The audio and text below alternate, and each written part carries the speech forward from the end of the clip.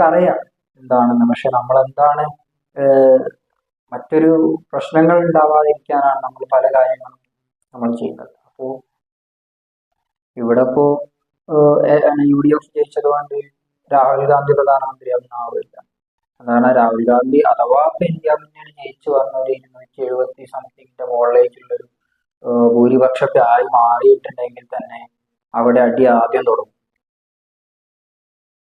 കസാരയ്ക്ക് വേണ്ടിയിട്ടുള്ള അടിയായിരിക്കും പിന്നെ അങ്ങോട്ട്. അത് നമ്മൾ മനസ്സിലാക്കണം. കസാരയ്ക്കുള്ള അടിയായിരിക്കും പിന്നെ അങ്ങോട്ട് ഉണ്ടാവുക. എനിക്ക് വേണം രാഹുൽ ഗാന്ധി പ്രധാനമന്ത്രി ആവുന്ന ഇപ്പൊ ആർക്കും നിങ്ങളെ കാണുന്ന ആരെങ്കിലും വിശ്വസിക്കുന്നുണ്ട്? ഇല്ല. അവിടെ അടി തുടങ്ങും. ഈ ഒരു അവിയൽ മന്ത്രിസഭ വന്നതുകൊണ്ട് യാതൊരു കാര്യമില്ല. ഇന്ത്യയുടെ നാശത്തിലേക്കായിരിക്കും അത് പോകുക ഇന്ത്യ മുന്നണി വന്നാൽ. അപ്പോ ഇന്ത്യ മുന്നണി ഒരിക്കലും വരില്ല. എന്നാലും അപ്പൊ എന്താ